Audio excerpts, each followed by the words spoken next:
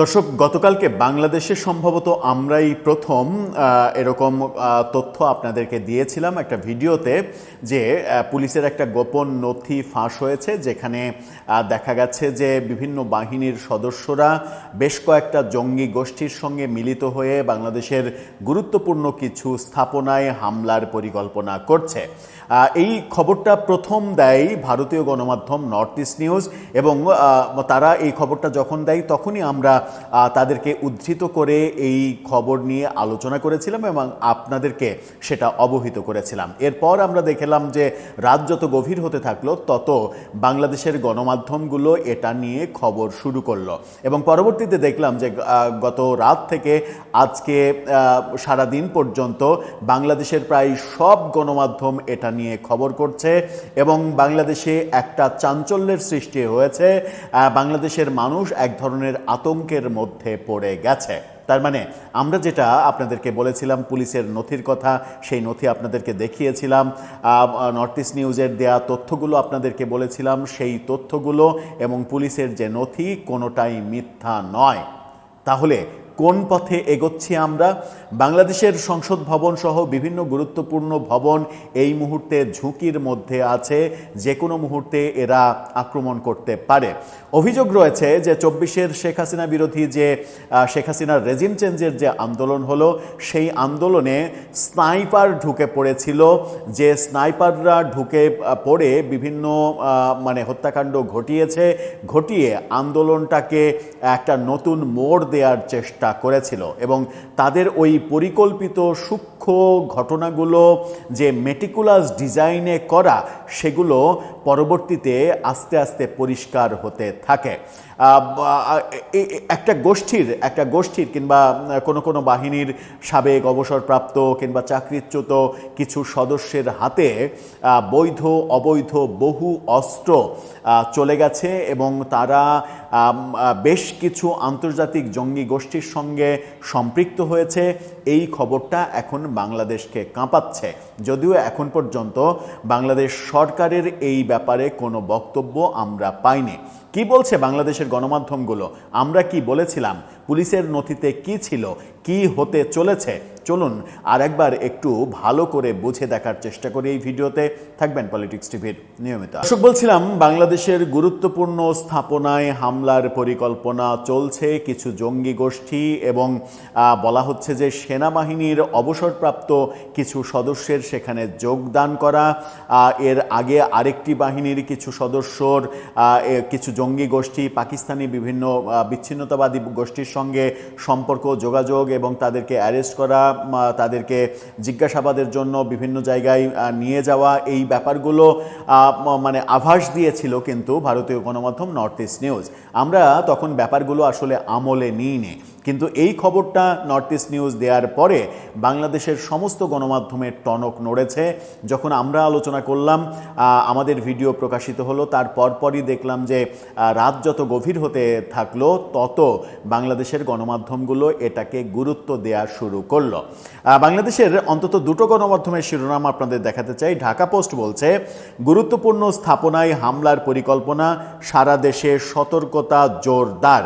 এই কথা যখন ঢাকা পোস্ট বলছে, তখন আরেকটি পত্রিকার শিরোনাম আপনারা দেখে নিন, সেখানে ইত্তেফাকের এই শিরোনামটা দেখে নিন। ইত্তেফাক বলছে, সংসদ সহ গুরুত্বপূর্ণ স্থাপনায় হামলার আশঙ্কা, সতর্কতা জারি পুলিশের। এই যে ভয়াবহ তথ্যগুলো আসছে বিভিন্ন গণমাধ্যমে, এই ভয়াবহ তথ্যগুলো উঠে আসছে, এই তথ্যগুলোই বলে দেয় যে কিছু একটা হতে চলেছে। বাংলাদেশের গণমাধ্যমগুলো কি বলছে শুনুন। নিষিদ্ধ ঘোষিত একটি উগ্রবাদী সংগঠনের সমর্থকদের সম্ভাব্য নাশকতার পরিকল্পনা ঘিরে দেশের গুরুত্বপূর্ণ স্থাপনাগুলোর নিরাপত্তা জোরদারের নির্দেশ দেওয়া হয়েছে। পুলিশ সদর দপ্তরের একটি চিঠিতে এই তথ্য দেওয়া হয়েছে। চিঠিতে বলা হয়েছে, সম্প্রতি গ্রেপ্তার হওয়া উগ্রবাদী সংগঠনের সদস্য ইশতিয়াক আহমেদ সামি ওরফে আবু বক্কর ওরফে আবু মোহাম্মদের সঙ্গে একটি বাহিনীর চাকরিচ্যুত 2 সদস্যের নিয়মিত যোগাযোগের তথ্য পাওয়া গেছে বলে সংশ্লিষ্টরা জানিয়েছে।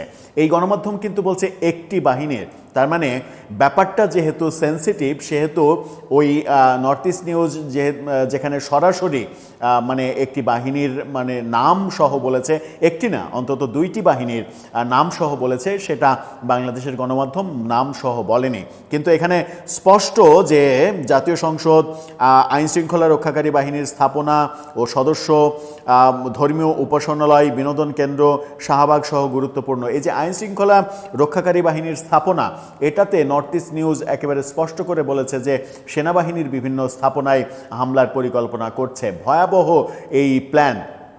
সেখানে এই যে জঙ্গি সংগঠনগুলো যাদের মানে ব্যাপারে বলা হচ্ছে, ওই চিঠিটাতে চলুন আমরা একটু যাই, যে চিঠিটা পুলিশ সদর দপ্তরের নথি যেটা প্রকাশিত হয়েছে, সেই চিঠিটা আরেকবার আপনারা একটু দেখে নিন। সেই চিঠিতে বলা হয়েছে যে নিষিদ্ধ ঘোষিত উগ্রবাদী সংগঠনের সমর্থক কর্তৃক গুরুত্বপূর্ণ স্থাপনায় হামলার পরিকল্পনা সংক্রান্ত সম্প্রতি গ্রেপ্তারকৃত নিষিদ্ধ ঘোষিত উগ্রবাদী সংগঠনের সদস্য ইশতিয়াক আহমেদ সামি ওরফে আবু বক্কর ওরফে আবু মোহাম্মদের সাথে চাকরিচ্যুত 2 জন সেনা সদস্যের নিয়মিত যোগাযোগের বিষয়ে তথ্য পাওয়া গিয়েছে। তারা রাষ্ট্রীয় গুরুত্বপূর্ণ স্থাপনাসমূহ যেগুলো বললাম সেগুলোতে হামলা, বোমা বিস্ফোরণ, এমনকি দেশীয় ধারালো অস্ত্র কিংবা আগ্নেয়াস্ত্র দিয়ে হামলা করতে পারে মর্মে জানা যায়। এ লক্ষ্যে তারা বিভিন্ন বাহিনীর অস্ত্রাগারে হামলার পরিকল্পনা গ্রহণ করে থাকতে পারে। দেশের সার্বিক নিরাপত্তার জন্য তারা অত্যন্ত ঝুঁকিপূর্ণ। এমতাবস্থায় বর্ণিত গুরুত্বপূর্ণ স্থাপনাসমূহের নিরাপত্তা জোরদারকরণের জন্য নির্দেশক্রমে অনুরোধ করা হলো। এছাড়াও নজরদারি বৃদ্ধিসহ বর্ণিত ব্যক্তিদের বিরুদ্ধে যথাযথ আইনগত পদক্ষেপ নেওয়ারও অনুরোধ জানানো হলো। এখানে জঙ্গি সদস্যদের কথা বলা হয়নি, বলা হয়েছে মানে এই নথি বলছে যে সেনাবাহিনীর অবসরপ্রাপ্ত সদস্যরা, এবং নর্থ ইস্ট নিউজ কিন্তু তাদের খবরে এগুলো সব নিশ্চিত করেছে যে কার কার সন্ধান পেয়েছে পুলিশ, গোয়েন্দা সংস্থা কার কার সন্ধান পেয়েছে, তারা কোথায় থাকে, সাভারে, মানিকগঞ্জে কোথায় কোথায় থাকে, কি করে, কি অবস্থা, সেগুলো সবই উঠে এসেছিল নর্থ ইস্ট নিউজের সেই মানে খবরে। এই যে ব্যাপার সেটা হচ্ছে যে বাংলাদেশের সর্বোচ্চ সম্মানিত যে বাহিনী, সেই বাহিনীর মানে সদস্যরা অবসর নিয়ে কিংবা চাকরিচ্যুত হয়ে যদি বেপথে কুপথে যায়, তার দায় তো নিশ্চয়ই সেই বাহিনীর ওপরে চাপবে না। সেই বাহিনীর ওপরে তার দায় যারা চাপাতে চাইবে তারা একেবারে গোমূর্খ। তারা যে মানে একেবারে এই ব্যাপারটা ইচ্ছাকৃত সেই বাহিনীর মানে সম্মানহানির জন্য করবে সেটা নিশ্চিত। কোনোভাবেই বাহিনীর ওপরে এই দায় যেতে পারে না। তবে পুলিশ সহ সমস্ত বাহিনীরই উচিত এরকম মানে একেবারে খুবই মানে স্পর্শকাতর ব্যাপারে আরও বেশি সতর্ক অবস্থানে যাওয়া, এবং সতর্ক অবস্থানে গিয়ে যেটা করা সেটা হচ্ছে যে কোনোভাবেই তাদের পরিকল্পনা যেন বাস্তবায়িত না হয়। যেটা আমরা ইন্ট্রোর শুরুতেই বলছিলাম যে 24-এর আন্দোলনের সময় স্নাইপার বাহিনীর মানে প্রকোপ আমরা দেখেছিলাম, এবং যে সূক্ষ্ম মৃত্যুগুলো, যেখানে পুলিশের কোনো অভিযান নেই, যেমন পানি লাগবে পানি, যে মুগ্ধর মৃত্যু, সেই মৃত্যু কিন্তু বিতর্ক তৈরি করেছে যে তার আশেপাশে কোনো পুলিশ ছিল না, গুলি করার কোনো অ্যাপ্রোচ ছিল না, অথচ মুগ্ধ তাহলে মারা গেল কিভাবে? আবু সাঈদের যে হত্যাকাণ্ড, তার শরীরে রাবার বুলেট ছাড়া কোনো গুলির চিহ্ন পাওয়া যায়নি, তাহলে সে মারা গেল কিভাবে? তার মাথার পেছনে বড় ধরনের আঘাতের চিহ্ন কেন আসলো? তাকে হাসপাতালে নিতে কেন দেরি হলো? বাড়ির বারান্দায় বসে থাকা, দাঁড়িয়ে থাকা শিশুরা কিভাবে মানে গুলি খেয়ে মারা গেল? এই যে সূক্ষ্ম স্নাইপারের কার্যক্রম, এবং আমরা দেখেছি যে বিগত সরকারের অন্তত 2 জন উপদেষ্টা, আসিফ নজরুল এবং ব্রিগেডিয়ার শাখাওয়াত, এই 2 জন ওই আন্দোলন চলাকালে স্নাইপারদের যে কর্মকাণ্ড সেই ব্যাপারে তাদের কাছে ফোন আসা, তাদেরকে মানে সাবধান করা যে স্নাইপারদের আপনারা টার্গেট হতে পারেন, আপনারা এই জায়গায় যাবেন না। এই বর্ণনাগুলোও প্রমাণ দেয় যে ওই আন্দোলনে স্নাইপাররা মানে খুবই বড় ভূমিকা পালন করেছে। তাহলে এই অস্ত্র কোথা থেকে আসলো? এই অস্ত্র কারা যোগান দিল? পুলিশের যে লুট হওয়া অস্ত্র, সেই অস্ত্রগুলো কোথায়? আমরা একদিন আগে আলোচনা করেছিলাম যে পুলিশের লুট হওয়া অস্ত্র নিয়ে অন্তত 200 সদস্যের একটা সন্ত্রাসী বাহিনী জন্মেছে নরসিংদী এলাকায়, যেটা মানে আল জাজিরার অনুসন্ধানী সাংবাদিক জুলকার নারায়ণ শাহের এই তথ্যটা ফাঁস করেছিলেন। পরবর্তীতে বাংলাদেশের বেশ কিছু গণমাধ্যমে এই খবরটা আমরা দেখেছিলাম। তার মানে বাংলাদেশ নিয়ে ষড়যন্ত্র এখনো থামেনি, এখনো তাদের উদ্দেশ্য কিংবা তাদের যে টার্গেট সেই টার্গেট পূরণ হয়নি। এই টার্গেটটা কি তাহলে -2 ফর্মুলা, মানে একটা মাইনাস হয়ে গেছে, এবার কি তারা বিএনপির পেছনে লাগতে চায়, এবার কি তারা সরকার থেকে বিএনপিকে সরিয়ে দিতে চায় এবং তাদের পথ খোলাসা করতে চায়? তাহলে এই ষড়যন্ত্রের পেছনে কারা রয়েছে?